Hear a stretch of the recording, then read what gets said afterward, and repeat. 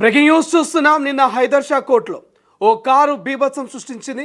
ఓ జవాను నిండు ప్రాణాన్ని బలి తీసుకుంది.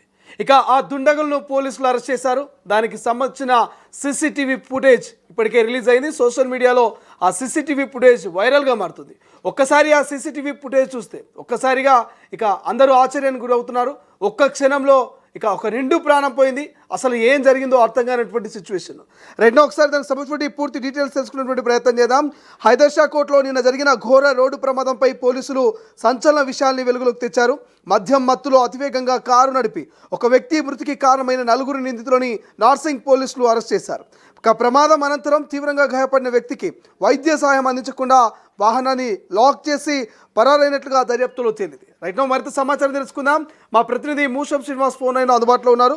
సో మూషం, ఏం జరిగింది? పోలీసుల కథనం ప్రకారం ఎటువంటి దర్యాప్తు జరిగింది? దర్యాప్తులో వెల్లడైనటువంటి అంశాలు ఏంటి?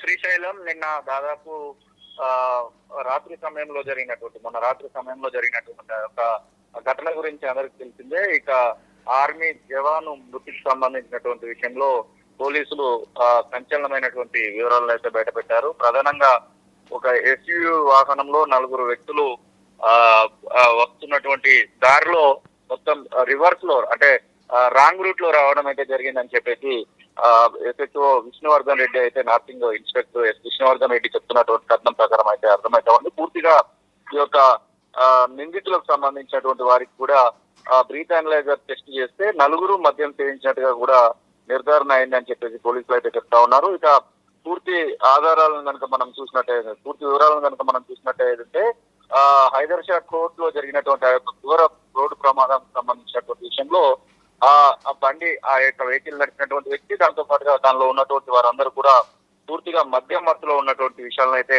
పోలీసులు చెప్పడం జరిగింది. వారు ఏమైనా డ్రగ్స్ తీసుకున్నారనేటువంటి కోణంలో కూడా టెస్ట్ చేస్తే అది నెగిటివ్ వచ్చిందనేటువంటి మాటను కూడా వారు చెప్తా ఉన్నారు.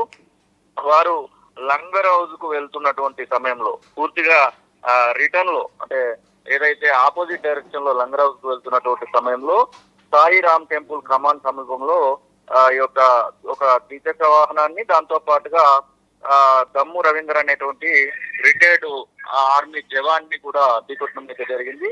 ఇక దమ్ము రవీంద్ర అనేటువంటి రిటైర్డ్ ఆర్మీ జవాన్ అక్కడికక్కడే మృతి చెందడం జరిగింది. నిన్న మనం దానికి సంబంధించినటువంటి పూర్తి కథనాన్ని కూడా బయట పెట్టడం జరిగింది. మొత్తం మీద ఈ ప్రమాదం జరిగిన తర్వాత ఆ యొక్క వెంటనే మళ్ళీ ముందుకు వెళ్లి తప్పించుకునేటువంటి ప్రయత్నంలో మరొక ద్విచక్ర వాహనాన్ని కూడా ఢీకొట్టినటువంటి సందర్భాన్ని అయితే మనం చూస్తా ఉన్నాం. ఇక ఆ తర్వాత ఇంకా ముందుకు వెళ్తూ ఒక హార్డ్వేర్ షాప్ కు సంబంధించినటువంటి మెట్లను ఢీకొట్టడం, ఇవన్నీ కూడా సీసీటీవీ ఫుటేజ్ లో పూర్తిగా రికార్డ్ అయినటువంటి సందర్భం. మొత్తం తీవ్రంగా గాయపడినటువంటి ఎవరైతే బైక్ పైన ఉన్నటువంటి వారు ఉన్నారో ఆ బైక్ పైన ఉన్నటువంటి వారిని కూడా కనీసము అటు బైక్ పైన ఉన్నటువంటి వారిని కానివ్వండి, ఇటు గుర్తు చెందినటువంటి రవీంద్రని కానివ్వండి, ఎవరిని కూడా పట్టించుకోకుండా నిందితులు పూర్తిగా ఆ యొక్క వాహనాన్ని ఒక పక్కన నిలిపివేసేసి దానికి లాక్ చేసుకొని పరారైనట్టుగా చెప్తా ఉన్నారు. ఇక అరెస్ట్ అయినటువంటి నిందితుల వివరాలు కనుక గమనించినట్లయితే ఉప్పరి వీరేష్ 23 సంవత్సరాలు, ఇతను డెలివరీ ఎగ్జిక్యూటివ్ గా పనిచేస్తున్నారని చెప్తా ఉన్నారు. అలాగే బబ్బూరు క్రాంతి గౌడ్ అలియాస్ బంటి 31 సంవత్సరాలు, ఇతను ఐటీ ఉద్యోగిగా చెప్తా ఉన్నారు. పూన వికాస్ గౌడ్ 25 సంవత్సరాలు, ఇతను మామూలు ఏదో వర్క్ చేస్తారు అన్నట్టుగా సమాచారం అయితే అందుతా ఉంది. అలాగే చందన్ యాదవ్ 26 సంవత్సరాలు. సో వీళ్ళంతా కూడా యూత్ లాగానే కనిపిస్తున్నా ఉన్నారు. వీళ్ళంతా కూడా 30 సంవత్సరాల లోపు ఉన్నటువంటి పరిస్థితి కనిపిస్తోంది. సో అసలు వీళ్ళు అక్కడికి ఎందుకు వెళ్ళారు? దానికి సంబంధించిన అప్డేట్స్ ఏమన్నాయా? ఎస్, వీళ్ళు పూర్తిగా బోనాల జాతరకు సంబంధించినటువంటి ఒక బోనాల జాతరలో పాల్గొనడానికి అయితే వెళ్ళడం జరిగింది.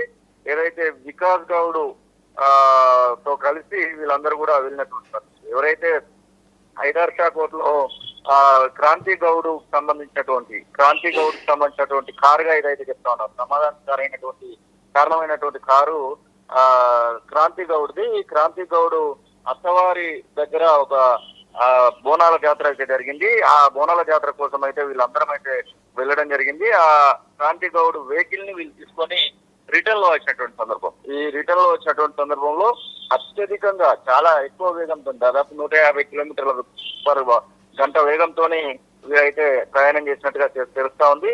ఈ యొక్క కారు ఓనర్ పైన ఎలాంటి కేసు అయితే బుక్ కాలేదని చెప్పేసి అయితే పోలీసులు చెప్తా ఉన్నారు. మొత్తం ఎవరైతే ఈ 4 నిందితులు ఉన్నారో నిందితుల పైన మాత్రమే ఈ యొక్క కేసు అయితే నమోదైంది.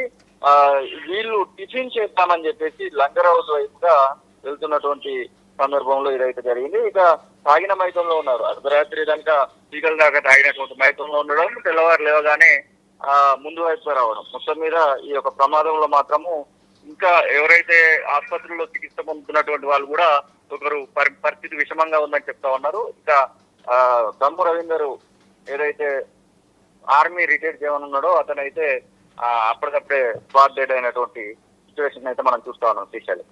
Right, thank you Musham, thanks for update. ఇది మొత్తం మీద ఇక ఆర్మీ జవాన్ సంబంధించి మృతికి సంబంధించి సీసీటీవీ ఫుటేజ్ ఒకసారిగా కొంత సోషల్ మీడియాలో వైరల్గా మారుతున్నటువంటి పరిస్థితి మనకు కనిపిస్తుంది.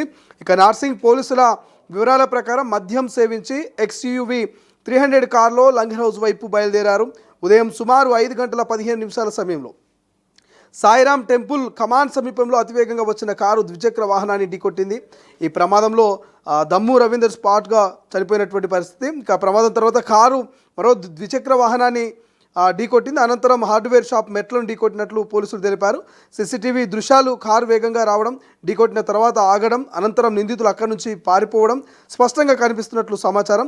ఇక తీవ్రంగా గాయపడి రక్తస్రావంతో ఉన్న రవీందర్ను ఆసుపత్రికి తరలించకుండా వాహనాన్ని లాక్ చేసి నలుగురు పరారైనట్లుగా దర్యాప్తులో తేలింది. అనంతరం చికిత్స పొందుతూ రవీందర్ మృతి చెందారు. ఇక అరెస్ట్ చేసిన నిందితులకు సంబంధించి ఒకసారి డీటెయిల్స్ చూస్తే ఉప్పరి వీరేష్ 23 సంవత్సరాలు, డెలివరీ ఎగ్జిక్యూటివ్.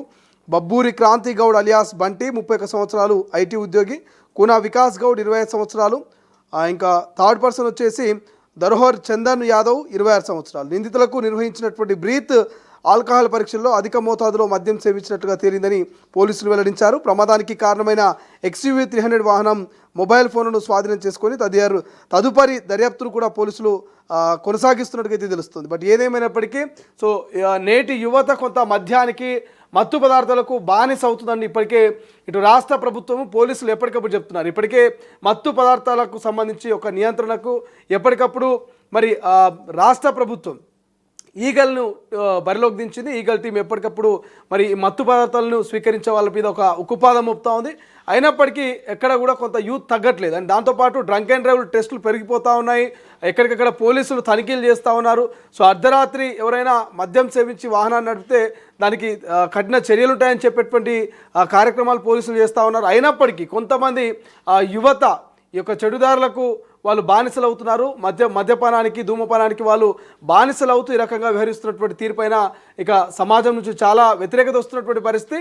సో ఓ యువత ఇప్పటికైనా మేలుకోండి. ఇటువంటి ప్రమాదాలని చూసైనా దయచేసి తల్లిదండ్రులు మరి యువతకు వాహనాలు ఇవ్వద్దు.